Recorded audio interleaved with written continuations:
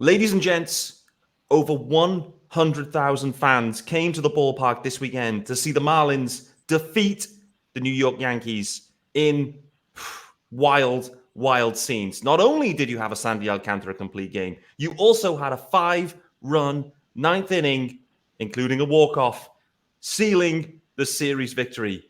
Life does not get much better as a Marlins fan. This is Locked On Marlins. You are Locked On Marlins, your daily podcast on the Miami Marlins. Part of the Locked On Podcast Network, your team every day.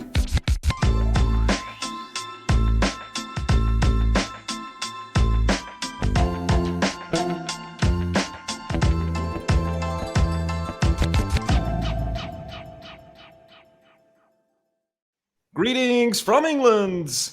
Welcome to Locked On Marlins. This is your daily Marlins podcast. I'm your host, Peter Pratt. Hit me up at Miami Marlins _UK. If you listen to the pod, of course, hit subscribe. This is your team every day. Thanks for making Locked On Marlins your first listen of the day. There is a YouTube channel. Of course, head on over there, hit subscribe to the YouTube channel. It is called Locked On Marlins. You see what we did? Head on over there, hit subscribe. We're almost at 1,000 subscribers, guys. We should be there by the end of this week. Hit subscribe. Guys, if you are watching, you will see that this is new. This is very new for Locked On Marlins. As you know, on a Monday, Sean Barrett, the UK GOAT, is in the house. However, there is another UK GOAT. It's the Astros UK GOAT as well. George Martin is in the house. So I have two guests, at least for the first part of this episode anyway. So this is going to be a lot of fun. Could be a bit of trial and error. There could be some technical difficulties. Who knows? Who knows? But nevertheless, first off, Sean Barrett, the UK GOAT. How we doing, brother? I'm not too bad. Your usage of me being a GOAT is sometimes stretched, but for those who don't know, George is absolutely a UK GOAT when it comes to baseball. So Too kind. I'm definitely taking second billing today. I'm not sure about that. Wait till we start talking about that 5-run ninth inning, mate. You're going to come alive. I know it. I know it. Everyone feels alive. George, also in the house, fresh off a trip as well, over for the first ever time into Houston. How you doing as well, mate? Oh man, I'm still. Firstly, thanks for having me on your pod. Always a pleasure. I'm still absolutely on cloud nine after the madness I had in Houston. It was just wild. You ate really healthily, right, while you were there?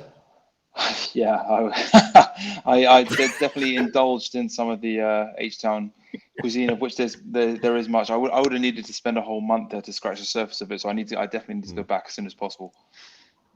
Yeah, absolutely. It was a lot of fun, and obviously the Twitter feed or the X feed, whatever the bloody hell we call things now, was insane, no doubt. And it was a lot of fun following you. It's amazing just how well us UK fans are treated when we go over to our respective ball clubs and fans. And it's always it looks wild, and you know different as well. The guys really looked after you, which is great to see. It really is. Yeah. We haven't got a ton of time. For the first segment, we're going to try and just really kind of ask ourselves the question of, who are the 2023 Houston Astros at this point? And that's where George is going to really help us because we haven't seen each other. We haven't seen each other this year. But one of the beauties of this new schedule is we get to see every single club. It takes until the mid part of August for us to finally meet with the Astros. So, George, if you can, try and summarize where the 23 Astros are at this point. The roster was a little bit new look, although there are some old faces now back in town post-deadline, which is interesting. But brief summary update on the Astros and where they're at in this season. I think we're in a good position because the first half we struggled with injuries. Altuve was out for a couple of months, could have been worse, but he was still out for a couple of months. Jordan Alvarez was out for an extended period. Michael Brantley's been out the whole season. We had numerous pitching injuries. Luis Garcia's out until God knows when, probably near the end of next season with the Tommy John surgery. Jose Urquidy was out with a shoulder injury for a few months. So, we were patching things together, and I think we did quite well to hang on to the coattails of what is, I have to admit, a very good Texas Rangers team. And I think we're finally in a position where our bats look like they're coming alive, particularly whenever Altuve's bat goes, we go. That is just fact. And he's just today got AL Player of the Week for the last week, and he's been, I wouldn't say tearing the cover off the ball because he's not been hitting tons of homers, but he's he's doing what he does best. He's picking up loads of hits, and he's getting that fire in our offense going again, which is what we missed for large periods of the first half of the season. We really were patchy with the bats. I would say one thing to watch out for, he's not going to pitch in this series, unfortunately, but JP France, rookie, has been phenomenal for us. This guy he just looks like your average Joe. He's got the big tash going on, and he's he looks like a cult baseball character from the get-go. But in terms of, he's just pitching quality starts time in, time out every single time he's out there. I think he's like pitched 7 innings and something like 7 out of his last 9 starts. I may be slightly wrong on that, but something along those lines. He's been so dependable, and we needed it so badly with all those pitching injuries that we had. And like you touched upon, Justin Verlander is back with the Astros, and I was kind of umming and ahhing over whether it was the right thing. Do you ever go back to your your flame, and does it ever work the second time out? But I think with where we are, it was needed. Hunter Brown's been great, but he's had a bit of, I think he's been just the number of innings that he's been pitching, and potentially some guys getting the book on him has affected him a little bit. Framber Valdez has had some issues, which I still think he's going through. I know he had the no-hitter, but he's not been quite his usual self the last month or so. And then again, Christian Javier is just dog tired, and they're both pitching this series, so it would be very interesting to see how they get on. In fact, all 3 of them are pitching because Verlander's pitching as well. Yeah, exactly. Those matchups are. It's one thing that caught my eye was like a little bit of the inconsistency with the guys. Like the names, you've seen the names, like Verlander, of course, clearly, but in Valdez and Javier. Obviously, Valdez with the no-hitter recently, but in and around that, it has been a bit patchy and spotty. Definitely. So it's not, on any given day, any kind of version of him could turn out. And we're going to see, what version it is in game 1 here. Who, from an Astros perspective, looking into the Marlins, like this isn't the Marlins that you typically see, right? Where this team's like in the wild card hunt. Does anyone scare you? When you think about the Marlins team, this roster, even the pitching, I mean, you don't get Sandy. Well, that's the thing, So I would have said it, But I think otherwise, typically our kryptonite, even when we're hitting well, has been pitchers with like a 5 or 6 ERA. So I don't know what Braxton Garrett's is, but probably tonight, just maybe see how he gets on, because that honestly that's been something which it's just unexplainable. We tend to struggle against your sort of mid-level pitchers who don't tear up. Don't set the world alight, and it's just we can't hit them at all. But we had an interesting series against the Angels just now. We demolished them in the first 2 games, 11-3 in both games, and then yesterday we for some reason just couldn't hit with runners in scoring position, lost 2-1. And I'm hoping that it's the games 1 and 2 of that series, Astros, that turn up tonight rather than that game 3 one. Because if it's game 3, then it's absolutely game on. I wouldn't say there's anyone individually that's particularly like, we should be fearful of the Marlins. But, we have to be respectful, because every like I said, you play every team, and it's baseball. 162 games, still cliches. Any game, anything can happen. And if you lose the first game of a 3-game series in a particularly tough way, it can affect the next 2 games, regardless of how good you are. So we in a position we are in, we've been almost on fire, but we actually lost ground to the Rangers because of how hot they've been. So we got away with one last night with them losing to the Giants, but realistically, we need to sweep the Marlins. So we can't go into this series looking for anything less than that, but no disrespect to the Marlins, just because of the position we're in. If we want to win this division, we can't keep falling 3-4 games behind. We have to try and get this to like 1 game or half a game or whatever, to try and be right up there with them. Because we played the Rangers. We've got 3 more games against them in Arlington, and we did well against them there earlier in the season. So we have to try and keep it really close. Yeah, there you go. I think both clubs looking to take this series, the Astros looking to sweep the Marlins, and I understand absolutely why, because you've got the Rangers that are just we've seen them recently. They're a good team. They're offensively, boy oh boy, dangerous, very dangerous. One thing that stood out to me as well, you've got 2 lefty Marlins pitchers going in this series. You mentioned Braxton Garrett, but Jesus Luzardo is going to be going in game 3. When I then flick into the splits for the Astros offense and look at versus left-handed pitching, boy, oh boy, it looks dangerous. It looks extremely dangerous. There's some names that you'd expect to see. There's some names that you maybe wouldn't expect to see. But OPS-wise, boy, oh boy, this Astros offense against left-handed pitching looks to be a real problem. And I think that's what it's going to boil down to. For me, can the Marlins lefties contain this Astros offense, I think, for this series? What about you? I would agree with that. I think, if you look at the way that Kyle Tucker's playing, it's he's the type of guy who he's on the verge of an MVP caliber season. I think he's still got a way to go, but he's looking at potentially having a 30-30 season this year. And the way he's been, like I said, the way he's been hitting recently, I got to go back to that AB. I don't know if you saw it against the Orioles where we were down whatever it was, 6-3 in I think it was in the ninth, and he hits his grand slam to put us up 7-6. Just an unbelievable at bat against Felix Bautista, the closer for the Orioles. Just had a great year, and he just worked the count. He was fouling pitch after pitch off. Got away with one which was a drop strike 3, but to be fair, it was 102 mile per hour pitch. So I don't think on a foul tip you're going to do well to catch that, anyways. But yeah, then he got that. He finally got that pitch and he punished it, and it was just a case of an absolutely elite level at bat, and it summed up exactly who Kyle Tucker is right now. I think he's definitely one to watch out for. Yeah, definitely. Sean, do you remember what grand slams are, by the way?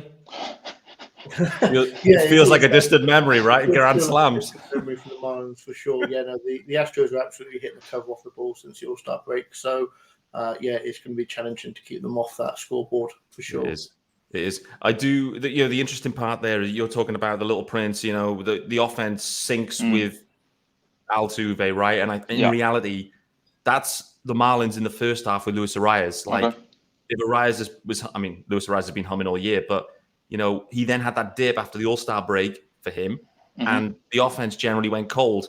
Arias starting to come around, even hit a home run against the Yankees. That's how hot he's getting. So, it's funny that those two guys, diminutive characters in some ways, are the catalyst for both of these offenses. I think maybe it'll just come down to which of these two guys has the better series. I think there's a lot of danger as well. Just talking about Jordan Alvarez as well, because you mentioned Tucker. He was one of the guys I wanted to call out. But Alvarez, looking back to kind of last year's run, the postseason run, boy, oh boy, Alvarez is just a real problem. How's his year at this point, and is he starting to heat up at this point? Well, it's interesting because he started the year on fire, and his numbers in clutch scenarios, late scenarios were ridiculous. It was almost like video game stuff. He then had the injury. He came back and he was hitting well. He struggled a bit in the last week or so, not with any basis medically, but I have seen some fans starting to question if he's fully healthy just because he's not been hitting the bombs that we kind of come to expect from him. He did hit a sort of line drive laser over that short porch at Yankee Stadium, but it was I think he's all right. He's definitely not at the top of his game right now, so I don't think he's the one. I'd be surprised if he's the one that makes the difference in this series right now. He's just not quite. He's like a tick behind where he needs to be with his swing. He'll get there, but I think Tucker is the one to watch out for rather than Jordan here. Jordan's amazing, but I think he'll heat up again in the next month or so. Yeah, no doubt. I think when you're looking again at some of these Astros stats, and Kyle Tucker's OPS in over 1,000 against left-handed left-handed pitch at this point, he's going to be a real problem. The other standout as well, Chas McCormick. Yeah, Chas McCormick's got an even higher OPS than Kyle Tucker at this point, and also the actual OPS leader is John Singleton against lefties. So what a story! What a story! Exactly. So full of stories here, mate. I know you need a sweep. Are you predicting a sweep? No. Just to finish up here. No. There you go. I'm just looking at the last two series. We played very, very well against the Orioles. Dug out that incredible first win. Played excellent in the second game. Played really well in the third game, but just things didn't go away. And then the series against the Angels played excellently the first two games and didn't quite play so well in the third one. I think that's where we are at the moment. I could see us winning this series 2-1 and it being more of the same. I would love a sweep, but I'm not expecting it. Yeah. I mean, a lot of Marlins Twitter I've seen talking about saying they'd be happy to get one game out of this series. I feel like that's kind of mentally where they're at, particularly with the pitching matchups, like the back end of the rotation. The Astros offense against lefties looks dangerous too. So I think that's kind of where we're up to. We're going to hit the ads and just transition more into some Marlins talk. George, it's been great to have you on. For those that are listening along as well, make sure you hit up George on Twitter or X or whatever you call it these days at Astros Fans UK. Make sure you hit him up on there. An absolute stud as well on Twitter and also on the podcast game when he rolls that out as well now and again. So, George, we appreciate you finding the time. He's sounding positive about the Astros in advance of this series, which does not shock me, no doubt about it. Guys, let's talk about our good friends over at Gametime. And, let's get the graphics going first. Get those Gametime graphics fired up. Of course, the teal babies, which are there. Let's go.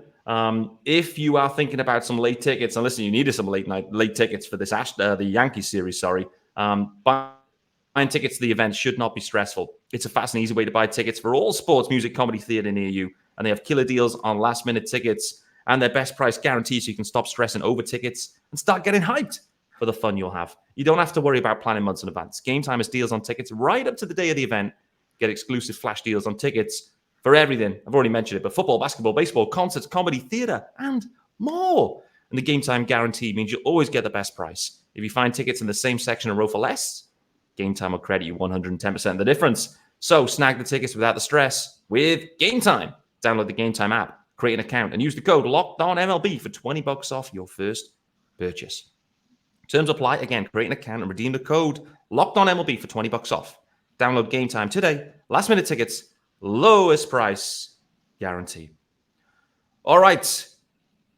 That is the Astros segment done. George, thank you so much for joining us again. Thank you. We will see. Well, we'll be in touch over this the next few days, of course. Absolutely. Mate. Good luck for the series. Enjoy the rest of your holiday. Will do. Appreciate it. Cheers. All right, buddy. All right, so you are now here with Sean Barrett, the UK GOAT, and myself, Peter Pratt, and we're going to transition into some different graphics. Boom! New graphics. Updated screen. Uh-oh, that was the wrong one. Updated screen. Boom! Yes, sir. Sean, for me, the Astros are sounding dangerous. How are you feeling about this series? Yeah, it's funny because you look at across the team, and obviously George is seeing the games every day. But you just look at the starting rotation for them, Valdez, Javier, and Verlander. Like, you're looking at that and going, "Oh, we're in trouble." But it's interesting, isn't it? Obviously, Verlander has had those struggles, and which led to him being traded essentially away from the Mets. But he's actually looked good in an Astros jersey again, because he's always looked good in an Astros jersey. Yeah. And then Valdez and Javier, they both actually struggled of late, which is interesting. So I think George is right in the sense of, like, it's almost at any given Sunday situation. And if the Astros aren't quite clicking on all cylinders, and obviously the Marlins are coming off a huge comeback victory, so they're going to be as high as a kite right now. So it's going to be interesting. I mean, offensively, the Astros are just disgusting in this second half. Their record is huge. They really are starting to sort of slowly piece it together. We talk about the idea of getting hot at the right time, and it certainly seems like they are. They're slowly sort of clawing back from the Rangers, and they're solidly in the wild card hunt, of course. So right now they are a really difficult team to sort of contend with. Obviously, the Marlins coming off that Yankee series, and obviously the Yankees always usually are, a big team. They're competitive, and we kind of caught them at the right time or the wrong time for them. The Astros, I think, are going to be a completely different test. Agreed. The Astros test will be very, very similar, in my opinion, to the Rangers test very recently, and it would not shock me if the Marlins look fully outclassed, which I don't think will be, it's not going to send everyone spiraling, full tailspin, ground zero. Like, we know the Astros are a good team. We know the offense is good, and we're facing the top end of their rotation versus the bottom end of the Marlins rotation. Like, this is a tough matchup. But to your point, my main takeaway from that conversation with George, which is why it's great to speak to people that see the team day in, day out, is just that rotation. There's a seed of doubt in terms of the consistency, let's say, of those guys. And so that's going to be the bit for the Marlins, is can they capitalize if any of those guys have an off day and basically blow one of them up? That's going to, I think, be the path to success here. And like a few people were saying, I think I'd happily take 1 out of 3 at this point. I don't think that would be a complete disaster. So let's transition though backwards though, Sean, because boy, oh boy, last night's game.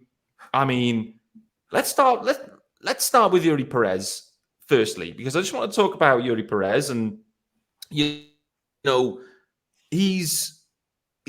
back up. We're getting, I think, what we kind of expected out of him, but the home run ball is kind of there and has always been there.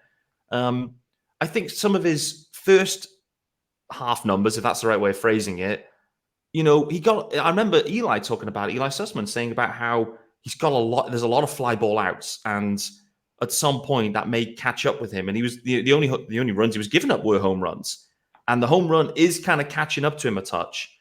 But overall, with Yuri Perez, he remains to me to be, he's so uber competitive. The stuff is there. He's a young stud. He's learning on the job as it rolls. I've got no concerns with Yuri Perez other than the innings. The interesting bit is how the Marlins manage him in these innings. And I do wonder if they start to just get to a point of just curtailing the starts and just saying, listen, you're getting 3 innings and that's it, as they start to kind of wind him down and maybe piggyback him with a Brian Hoeing who's back up now at this point. So just we've had 2 starts from Yuri Perez since he's been recalled. Overall take on him? I think it's always going to be difficult for him, isn't it? He was absolutely rolling, and then this sort of intermission occurred.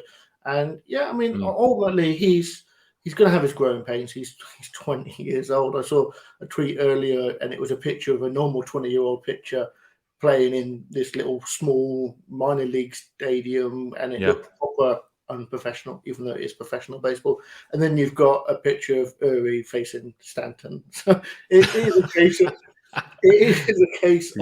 he's not exactly where he should be. As far as innings go, when he came up, I think it was 35 innings I thought he had left to get to that magic number that the Marlins had kind of, at least mission floated around. So for me, that was 7 starts of 5 innings. And that's kind of where they are. Obviously, last night was a little bit different, a couple of struggles here and there. But on the whole, he looked okay. It wasn't like he was being unmatched. And yes, this isn't the Yankees of the early 2000s, but this is still a quality team that are going to run into one every now and then. Uri's struggles so far this year have come from, as you said, the long ball. And that's kind of what hurt him last night. But on the whole, he didn't pitch poorly. It wasn't like he was getting lit up. It was just, I think at this point, you could see that we're not going to get 110% of Uri right now. Yeah. We're going to get 80, 90% of him.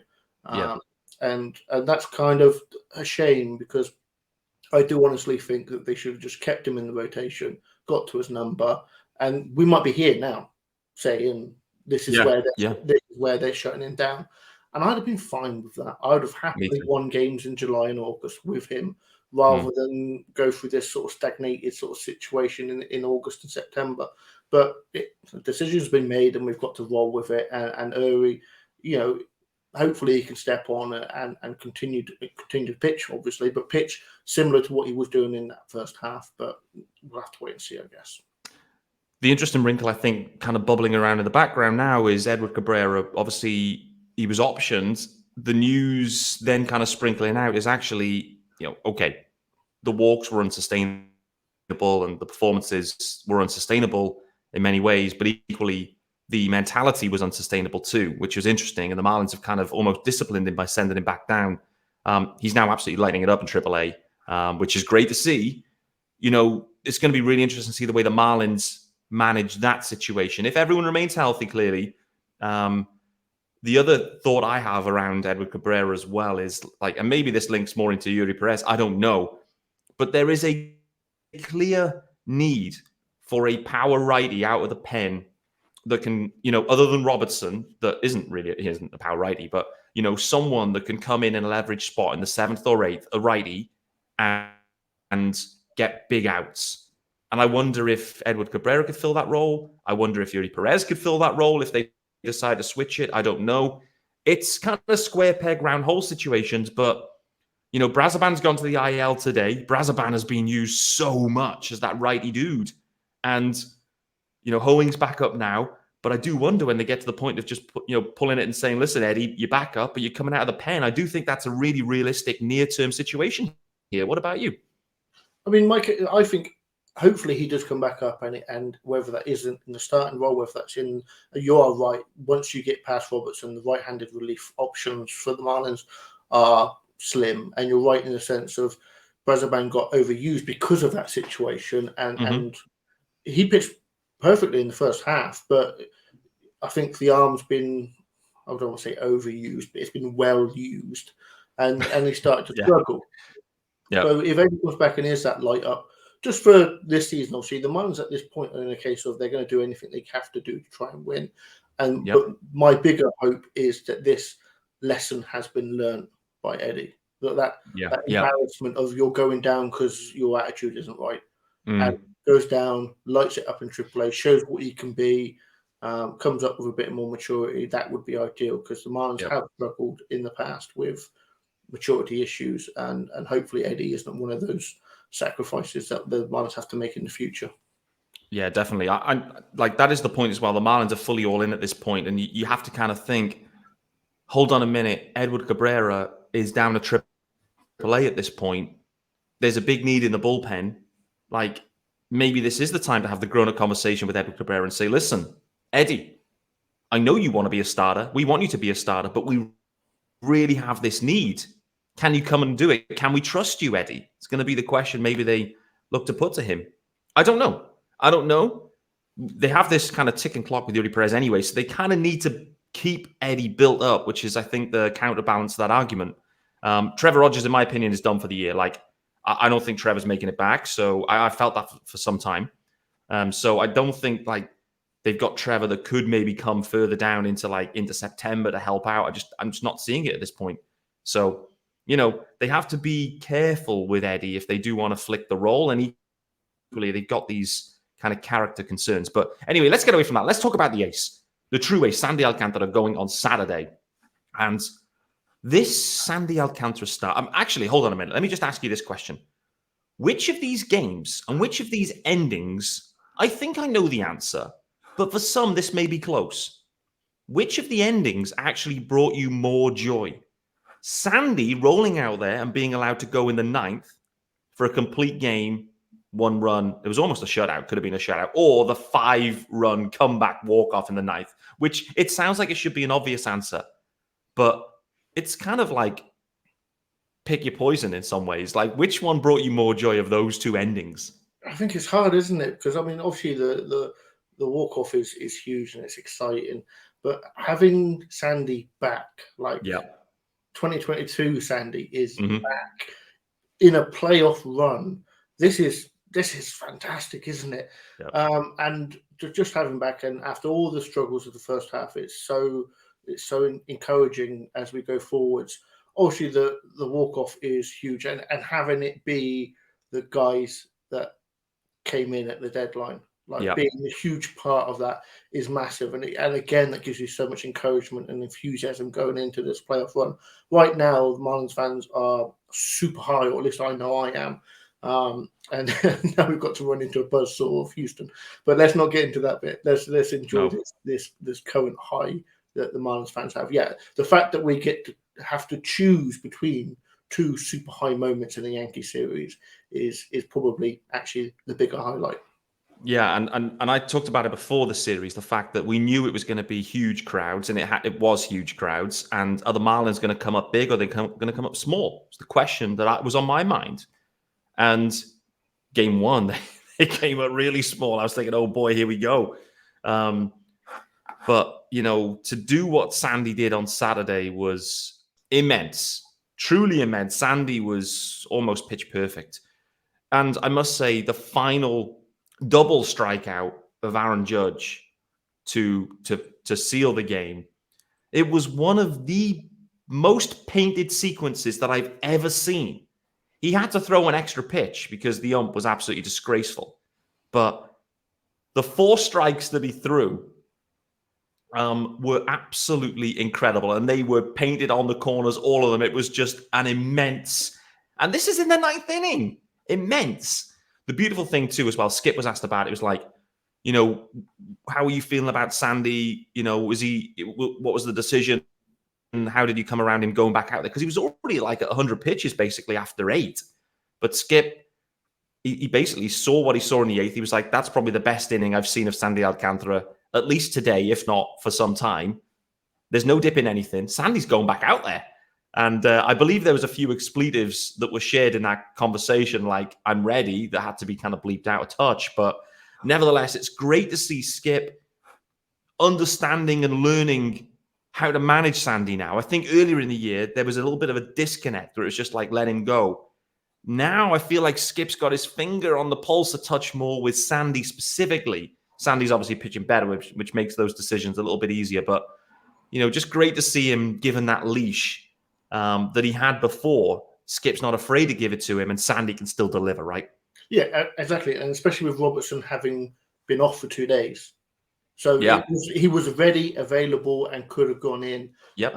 But for Skip to trust Sandy is massive. And you're right, it is easier to just let him cook and know that he's fine right now. Like I could manage Sandy right now, just put him on the mound and let him go. It's fine.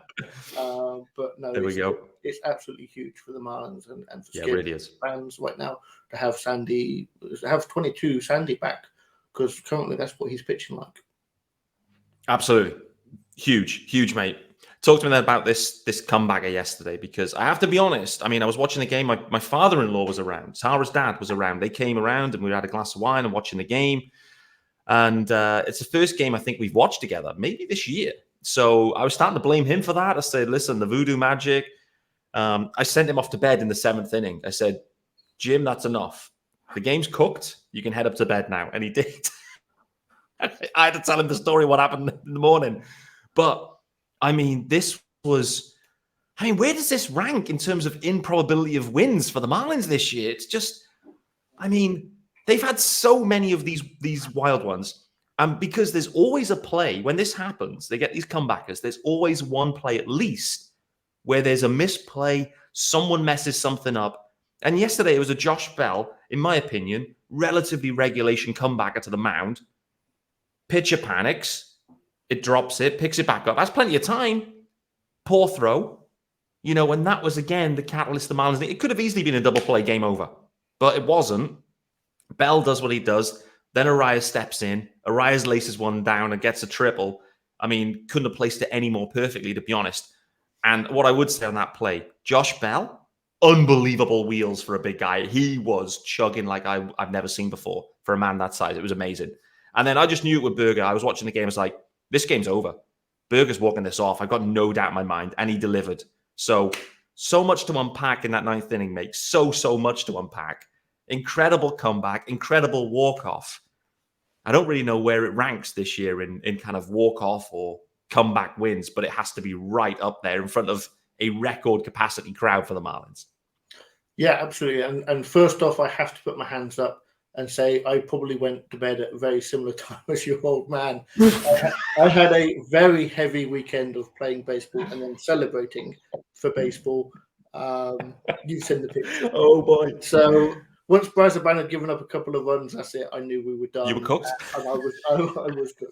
I didn't know this. This is so funny. So waking up and then catching up. Yeah, unbelievable comeback. Bell for me was the big part, because that he was a big dude moving real fast down that line to get to first base. Like the ball, he was dead to rights, wasn't he? As soon as the ball was in play, he was dead to rights. He had absolutely every opportunity just to go and jog down the line, knowing that he was done. But no, absolute hustle down the line, forced the error, made something happen, kept the team in it. This is a kind of thing that you want to see in a playoff push. And then, Arias does what Arias does, doesn't he? The guy just can't stop hitting. And then, you're right. Once you get there, you know that Berger's going to deliver. And I think that's something that the Marlins have lacked for a long period of time, having this big power guy that can come in and just do something for you. Bell and Berger right now are in Marlins jerseys, absolutely playing on fire. So for me, this win is solely on Kim. This is a Kim win for me. Absolutely. I've been on the hype train for her the whole season, and it's so good to see all of Marlins Twitter now sort of coming together and going, let's get it done. Like we in Ang we trust. It is a case of she's shown what she can do with limited capacity as far as money, prospect capital. She's built a team that genuinely can now push for the playoffs. So that for me is my come away from the weekend. Yeah, I'm completely with you, mate. I mean, there may be this out there, I don't know, but imagine if there was a war for GMs, a GM war, GM category, so we could measure the effectiveness of GMs, the moves they make, specifically trade moves, and maybe free agents, maybe trade. I don't know, but imagine if that stat was available. Kim Ang would be top 5, no doubt, because she is just a nasty trader. Nasty. People are going to stop wanting to deal with the Marlins. We said about Berger at the time. I was impressed with the level of control that they managed to receive back for one dude. Other teams were sending Jake Eders away for rentals. Not Kim Ang. She's acquiring a 5.5 years worth of control of a potential all-star there for one dude. So kudos to Kim. She's, recreated this roster, just added the balance to it. We've seen the type of offense she wanted, but just the power. And for me, Jake Berger, boy, oh boy, I spoke about it a little bit on Twitter this weekend. He is not the player that I was sold. I wasn't. I was sold a version of Jake Berger that was bang average defense, okay arm, strikes out a ton, no balls in play, basically strike out or bomb. I've basically seen none of that. I've seen the complete opposite of that, actually, with Jake Berger. It's been so surprising in a really positive way. And boy, oh boy, the Marlins fans, we don't have a new fan favorite now, I'd say now. Everyone is gravitating Jake Berger at this point for many reasons. He looks like a really humble dude, fun name, clearly, can play. Like, he's got all the makings here of, Marlins Twitter favorites, I think. And rightly so, I think, right? Absolutely, yeah. No, obviously it's easy to say that because he's hitting the ball so well, and then it's resulting in these key moments. But that's how you become a fan favorite. And just to go back to that control, I mean, you look at what Kim did at the deadline. It wasn't just pure rentals. It wasn't just all in for 1 year. Yep. She's actually developed, and that gives me hope. Like, she's built something for the future, and that gives me hope that she's done that on the understanding that she wants to be here for the future. She hasn't just gone, I need to win this year, otherwise I'm going to lose my job. She's actually done a job to sort of develop the team for the future. This gives me a lot of hope. But yeah, right now, Berger, he does look like a decent guy, doesn't he? On and off the field. Yeah. So that's what the Marlins need. Too long we've had this situation when you've got guys like Segura where everyone's saying, he's a lovely bloke. That's great. But we're not in the lovely bloke business. We're in the playing baseball business. Ideally, you'd like both, obviously. And that seems to be what Berger is, which is fantastic. Yeah, it really has. I've been so impressed with him and Bell, to be honest with you. And like you said, like, for me, if there was a war stat for GMs, like, there's one war there in that game specifically. Already one war for that one, because that was a Kim Ang inning, a Kim Ang dub. I think the extension gets done. Do you think the Marlins even leave it to the offseason? Do you think even, Bruce just gets a deal done now just to take away the conversation? Or do you just kind of avoid that distraction at this point? I would like to see it happen as soon as possible. I think they do wait until, obviously, ideally the Marlins make the playoffs. And normally you don't get to see many transactions during the playoffs. But on off days in the playoffs, that's when you tend to see some sort of personnel situations dealt with, firings in particular. Yeah. So it would be nice to see on an off day in the playoffs when if the Marlins are out of it, you extend her then, because her first piece of business is getting a skip extension. He's a lame duck for next year as it stands. And I see no reason why you wouldn't see an extension for him as well. So get Kim extended during the playoffs, so that she can work on that skip one, so that we're going into spring training knowing that you've got both of them locked up. Makes a ton of sense. Ton of sense, mate. This series itself with the Yankees, just to finish up here before we get out of here, this series itself, like, huge crowds, mate. Big performance from the Fish. They found a way to get it done, particularly on the Sunday game. Those game threes, like, the Marlins somehow find a way in game 3 to make the improbable probable. So wild scenes. Where does this one rank in this season for you, just in terms of, like, the series as a whole, getting this win 2-1, the way they did it at this time of the year? Where does it kind of fit into this general 2023 season, do you think? I think it's up there, and I think the crowds are a huge part of that. We're seeing numbers that you don't normally see unless it's opening day or home opening day Yep. for the Marlins. Yeah. Obviously, there was the big crowd for Miguel Cabrera, but that is a literally once-in-a-lifetime situation where you've got a returning future Hall of Fame player come in for the final time. This series, and you'll see a lot of people say, oh, but it was mostly the Yankees, which, to be fair, probably was.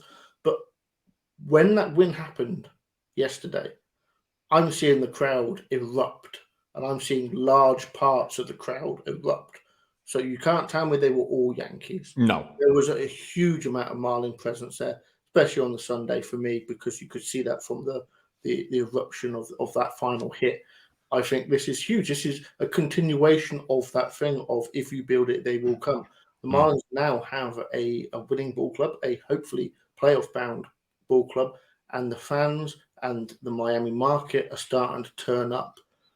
They need to build on this. And everything that Kim did at the deadline kind of hints at the fact that they're going to try and build on this. Soler is obviously something that needs to be discussed and sorted out, hopefully.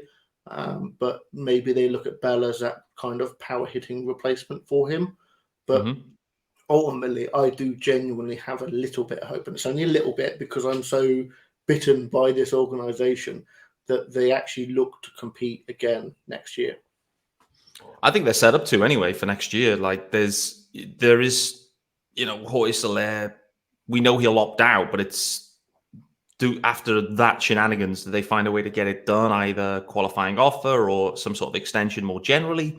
Who knows? Josh Bell equally can opt out. Whether he does, I don't know. 16.5 mil, decent amount of money to turn down, but he may play himself into that situation. I think some of it will come down to as well, like, do they want to be here? At the end of the day, like, they control their own destiny. And you see this with players. Like, Jake Berger rolls in from a terrible situation, it seems, in Chicago. And next thing is he's in a clubhouse. The vibes are different. The culture's different. All of a sudden, it just brings the best out of you. And so, maybe Soler feels that way. He's been around enough clubhouses. Maybe Josh Bell will feel the same. Like, these guys, it's in their power to control where they go and what they do, and they may just like this environment. So we'll see on that one, mate. I think they do have a couple of decisions to make. Like, shortstop is a clear discussion area for the offseason. Do they have internal candidates? Maybe. Do they need to go and find external ones? I don't know. I think that's going to be a long conversation. The catching situation is equally, I think, up for debate. But it wouldn't shock me not to kind of really get into off-season moves now in the middle of August, which feels a touch premature. But I don't know. The longer it's gone on, the more I sense that the Marlins are still relatively happy with Jacob Stallings and Nick Fortes in the catching spot. Like, it isn't all about the stick production. Like, that isn't the only determining factor for their performance. And I do think this is a pitching and defense club, and I think that's what comes first, particularly from the catching spot. So, yeah, we'll see. Interesting lineup today, mate, as well, just to finally, look ahead to this one final game specifically, then we will get out of here before, the game actually starts probably. But interesting lineup, lefty going. We've got the all-righty lineup for the Marlins apart from Luis Arias, which means that, Jazz is out of the lineup, Jesus Sanchez out the lineup. You then get Brian De La Cruz sliding into center field. Brian De La Cruz has been not good in left field most of the year, now sliding into center and leading off against his former club. That's going to be an interesting storyline here. Avisail Garcia back in there. So some interesting lineup decisions. Equally as well, Jorge Soler playing the outfield. And the view from Skip there is he won't be leading off when he's playing the outfield, because he then has to run in all the way from right field into the dugout to then lead off. Felt like that run is too short. It was too short a time. So only when he's DHing, we'll see Jorge Soler in the leadoff spot. But the interesting bit for me is around Avisail Garcia. He now is in a full-blown platoon situation. Lefty on the mound, Jesus Sanchez probably out of the lineup. Maybe Jazz, as we've seen today. That's when Avi's going to play. Other than that, Avisail Garcia is a pure bench bat at this point, right? Again, apart from platooning. Yeah, it was funny because I was looking at the lineup and I was looking at it, seeing how deep it is now with Bell and Berger, or deeper anyway. And then I got to Avi and I was like, oh, maybe not. But yeah, I think it is a case of if he's going to be in the lineup, or if he's going to be on the roster, then he has to do something. You can't just have him in there not playing. So playing against lefties is obviously the most sensible thing with Jesus, with Sanchez's issues there. Yeah. Interesting that the Marlins would trust Soler in the outfield, but wouldn't trust him to be able to run off the field quickly enough, which is a strange situation to be in. Bertie being in the lineup in that false 9 spot, I like that. But De La Cruz leading off, that's interesting. I can't quite recall that having happened yet this season. Maybe it has, maybe it hasn't. I don't think this year. Maybe it's happened in maybe last season. I don't know, but I can't recall De La Cruz leading off before, but I haven't. No, it certainly surprised me. I'd be interested in the thinking there, but hopefully there'd be something in there. There'd be a rationale. I don't know what it is, but there is something you would think for having De La Cruz. So all of a sudden, the Marlins, you've had Luis Arias leading off pretty much the majority of the year, particularly since Jazz went down. Then all of a sudden, you've gone, Luis Arias leading off, then into Jorge Soler, and then back to Jazz. Now Brian De La Cruz. All of a sudden, they're really kind of mixing and matching at the top of that lineup there, just to try and get something going, which is kind of interesting, really. I think, but we're long. We are very long in this episode. We're at 45 minutes, so I think it is probably the right time to call it a day. It's been a lot of fun, though. I appreciate George from Astros UK joining the episode. It is great to actually get some local knowledge, let's say, and actually it gave me some hope, I would say, more hope than maybe I had, because he's right to call out the pitchers. There's a degree of an erratic nature in there and some inconsistency. So that's going to be the Marlins' opportunity. The offense, we know, for the Astros is on fire. Altuve just winning Player of the Week. That's a bad sign. So we're maybe catching the Astros offense at exactly the wrong time. It wouldn't shock me, Sean, if we end up with a Rangers series where it's a little bit lopsided. We will see. We will hope not. But I think the Marlins have a decent shot of taking at least one of the 3. Nevertheless, stunning series win over the Yankees. 100,000 fans in attendance to see the Marlins beat the Yankees at home in a meaningful series for both clubs in mid-August with a Sandy Alcantara complete game and a 5-run 9th inning walk-off.